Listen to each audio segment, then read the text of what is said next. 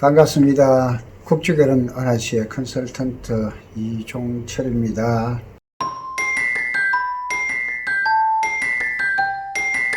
오늘도 질문글에 대한 답변을 드릴게요. 질문글은 읽어보겠습니다. 국제결혼은 비용을 많이 지불해야 하는 반면 마음에 드는 신부를 만나지 못하면 금전적으로 큰 손해를 볼 것 같아 선뜻 결정하기 어려운데 그럴 경우에 대비한 은하의 지침은 어떻게 되나요? 이런 질문입니다.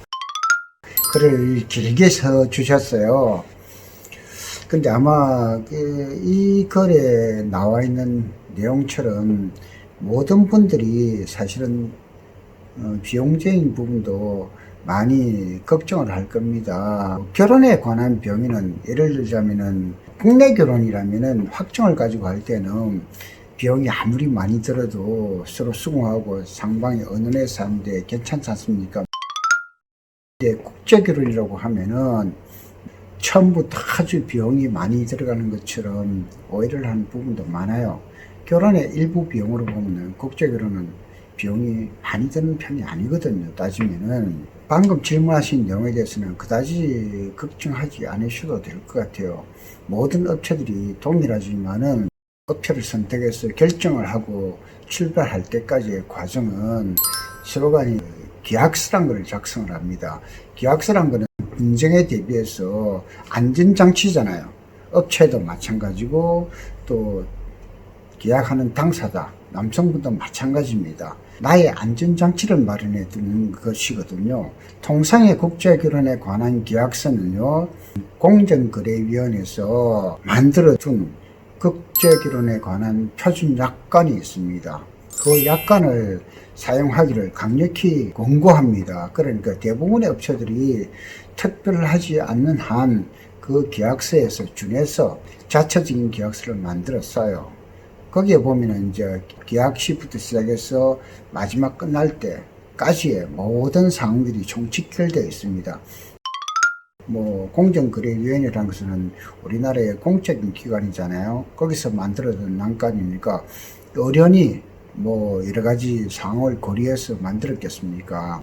거기에 보면 계약금, 중간에 중도금, 잔금, 비용 지불에 관한 내용도 나와 있거든요. 거기서 또 상황별로 어떤 경우에는 비용을 어떻게, 또 어떤 경우에는 비용을 어떻게, 이렇게 이제 다 나와 있습니다. 거기에서 상황에 따라서 합당하게 서로가 이제 조율을 해서 하지만은 초기에는 많은 비용이 들어가지 않아요. 처음에 이제 계약금을 내고 갈 때는, 근데 보통 보면 200~300만 원 정도로서 계약금이 아마 이루어져요.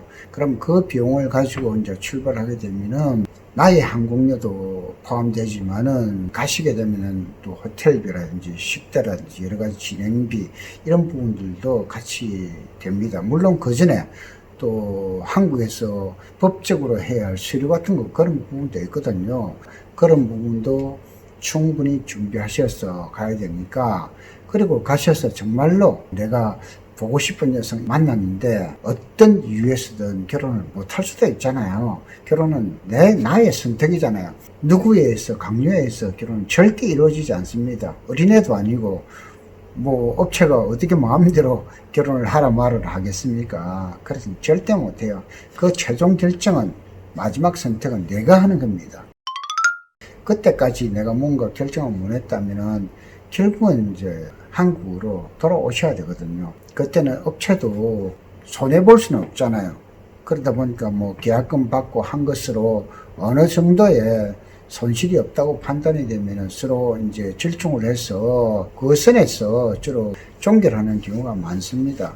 근데 어떤 경우는 업체가 계약금을 적게 받아서 손실이 생겨야 될 경우는 그거를 당연히 남성분이 협의해서 알고 있잖아요. 좀 보충을 해줘야 될 부분도 생깁니다.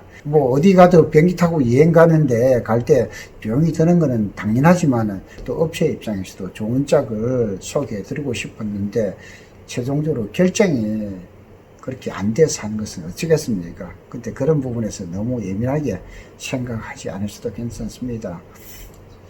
걱정 안 하셔도 괜찮아요. 감사합니다.